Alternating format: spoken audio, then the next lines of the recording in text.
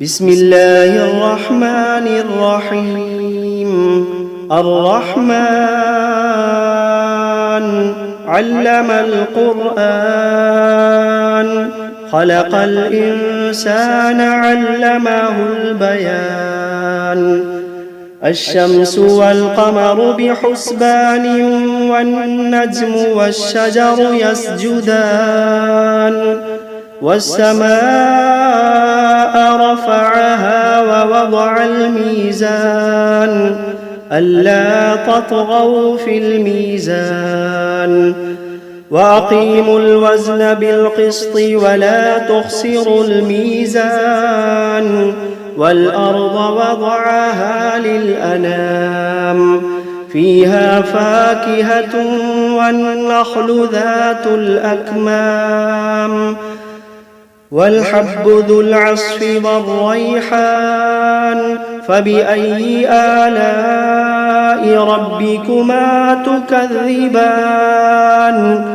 خلق الإنسان من صلصال كالفخار، وخلق الجان من مارج من نار. فبأي آلاء ربكما تكذبان؟ رب المشرقين ورب المغربين. فبأي آلاء ربكما تكذبان؟ مرج البحرين يلتقيان، بينهما برزخ لا يبغيان. فبأي آلاء ربكما تكذبان؟ يخرج منهما اللؤلؤ والمرجان. فبأي آلاء ربكما تكذبان؟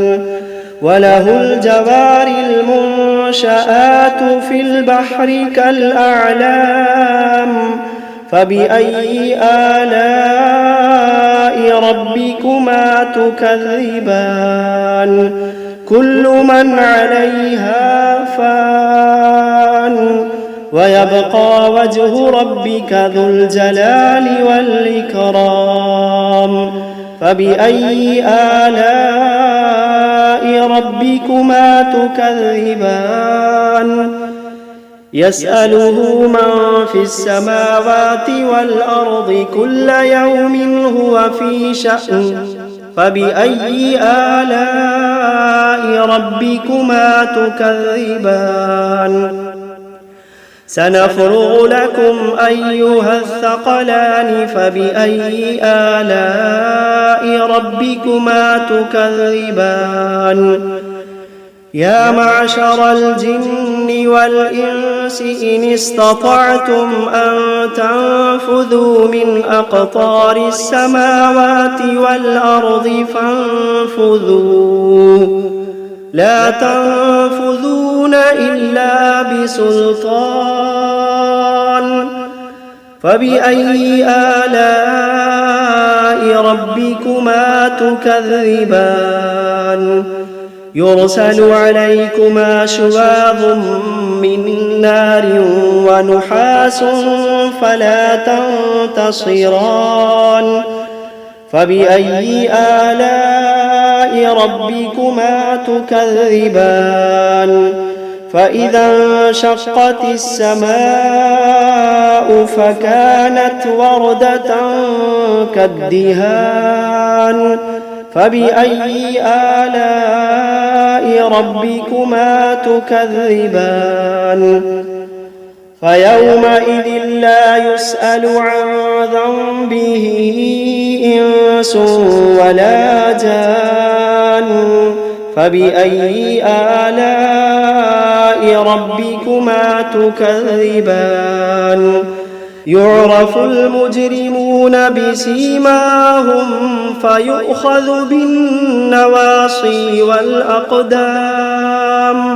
فبأي آلاء ربكما تكذبان؟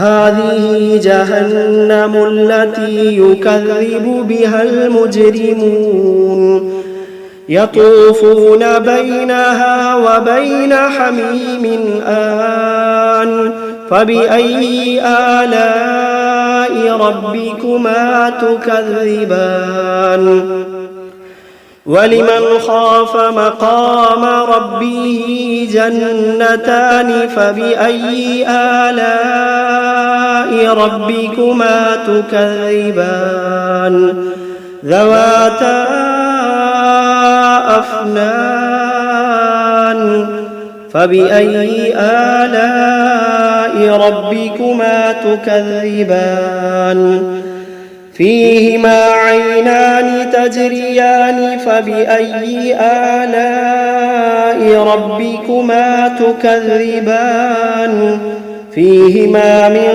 كل فاكهة زوجان فبأي آلاء ربكما تكذبان متكئين على فرش بطائنها من استبرق وجنى الجنتين دان فبأي آلاء ربكما تكذبان فيهن قاصرات الطرف لم يطمثهن إنس قبلهم ولا جان فبأي آلاء ربكما تكذبان كأنهن الياقوت والمرجان فبأي آلاء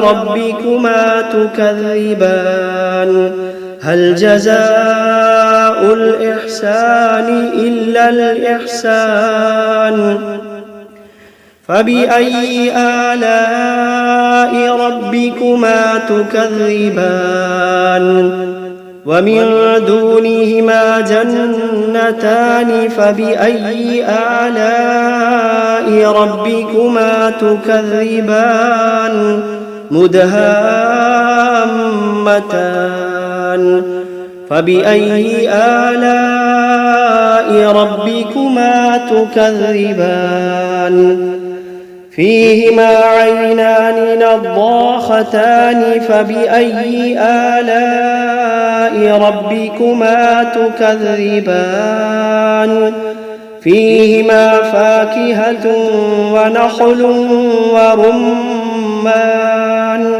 فبأي آلاء ربكما تكذبان فيهن خيرات حسان فبأي آلاء ربكما تكذبان حور مقصورات في الخيام فبأي آلاء ربكما تكذبان لم يطمثهن إنس قبلهم ولا جان فبأي آلاء ربكما تكذبان متكئين على رفرف خضر وعبقري حسان فبأي آلاء ربكما تكذبان تبارك اسم ربك ذي الجلال والإكرام بسم الله الرحمن الرحيم تبارك الذي بيده الملك وهو على كل شيء قدير الذي خلق الموت والحياة ليبلوكم أيكم أحسن عملا وهو العزيز الغفور الذي خلق 7 سماوات طباقا ما ترى في خلق الرحمن من تفاوت فارجع البصر هل ترى من فطور ثم ارجع البصر كرتين ينقلب إليك البصر خاسئا وهو حسير ولقد زينا السماء الدنيا بمصابيح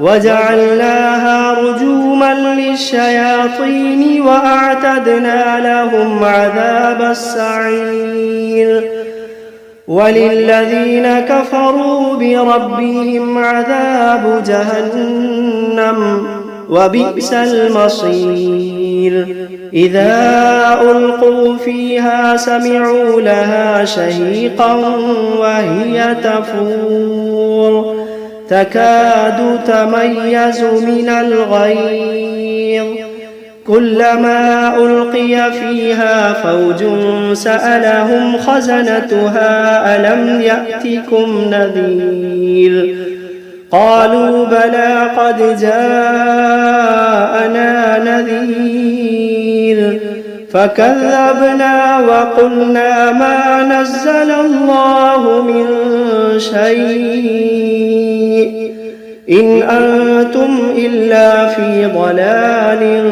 كبير وقالوا لو كنا نسمع أو نعقل ما كنا في أصحاب السعير فاعترفوا بذنبهم فسحقا لأصحاب السعير إن الذين يخشون ربهم بالغيب لهم مغفرة وأجر كبير وأسروا قولكم أو اجهروا به إنه عليم بذات الصدور ألا يعلم من خلق وهو اللطيف الخبير ألا يعلم من خلق وهو اللطيف الخبير هو الذي جعل لكم الأرض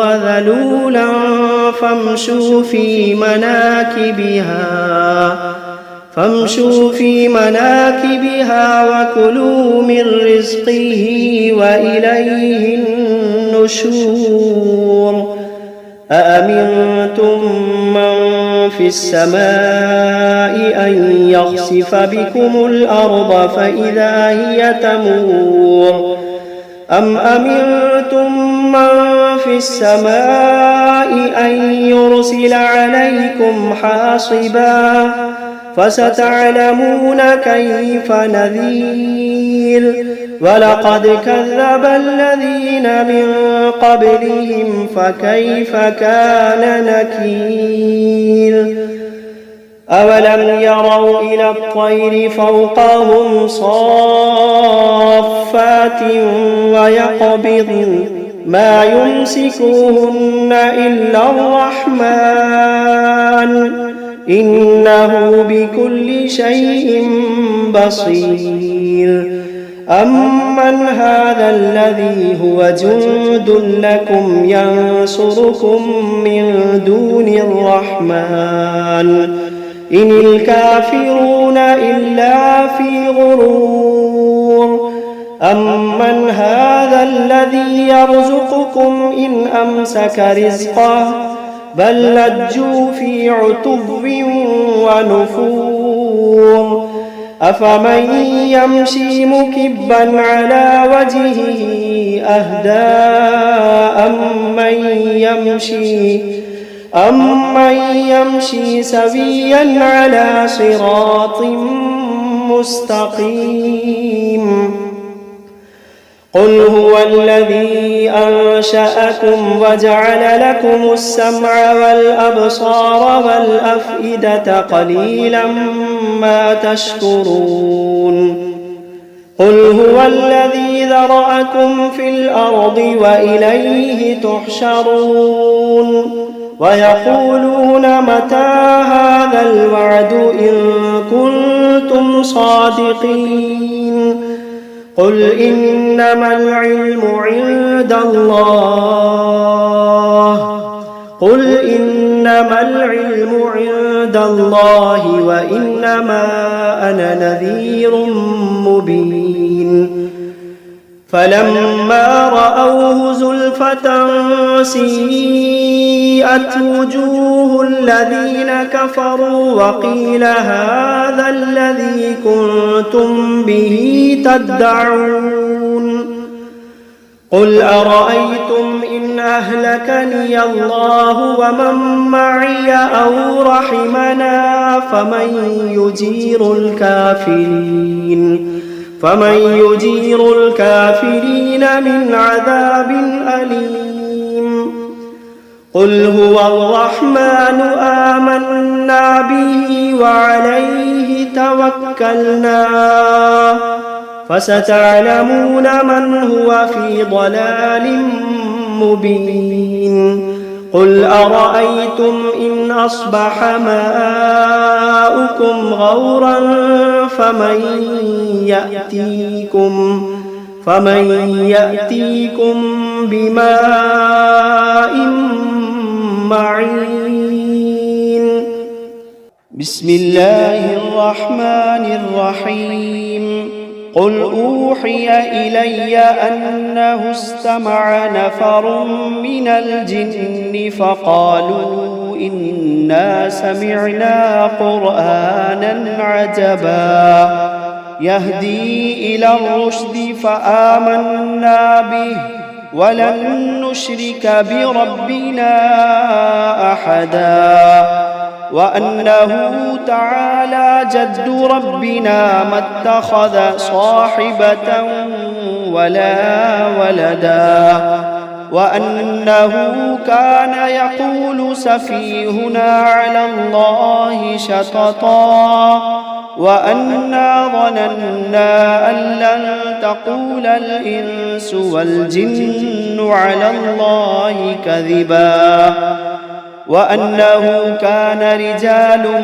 من الإنس يعوذون برجال من الجن فزادوهم رهقا وأنهم ظنوا كما ظننتم أن لن يبعث الله أحدا وأنا لمسنا السماء فوجدناها ملئت حرسا شديدا وشهبا وأنا كنا نقعد منها مقاعد للسمع فمن يستمع الآن يجد له شهابا رصدا وأنا لا ندري أشر أريد بمن في الأرض أم أراد بهم ربهم رشدا وأنا منا الصالحون ومنا دون ذلك كنا طرائق قددا وأنا ظننا أن لن نعجز الله في الأرض ولن نعجزه هربا وأنا لما سمعنا الهدى آمنا به فمن يؤمن بربه فلا يخاف بخسا ولا رهقا وأنا منا المسلمون ومنا القاسطون فمن أسلم فأولئك تحروا رشدا وأما القاسطون فكانوا لجهنم حطبا وأن لو استقاموا على الطريقة لأسقيناهم ماء غدقا لنفتنهم فيه ومن يعرض عن ذكر ربه يسلكه عذابا صعدا وأن المساجد لله فلا تدعوا مع الله أحدا وأنه لما قام عبد الله وأنه لما قام عبد الله يدعوه كادوا يكونون عليه لبدا قل إنما أدعو ربي ولا أشرك به أحدا قل إني لا أملك لكم ضرا ولا رشدا قل إني لا أملك لكم ضرا ولا رشدا قل إني لن يجيرني من الله أحد قل إني لن يجيرني من الله أحد ولن أجد من دونه ملتحدا إلا بلاغا من الله ورسالاته ومن يعص الله ورسوله فإن له نار جهنم ومن يعص الله ورسوله فإن له نار جهنم خالدين فيها أبدا حتى إذا رأوا ما يوعدون فسيعلمون من أضعف ناصرا وأقل عددا قل إن أدري أقريب ما توعدون أم يجعل له ربي أمدا عالم الغيب فلا يظهر على غيبه أحدا إلا من ارتضى من رسول فإنه يسلك من بين يديه ومن خلفه رصدا ليعلم أن قد أبلغوا رسالات ربهم وأحاط بما لديهم وأحصى كل شيء عددا.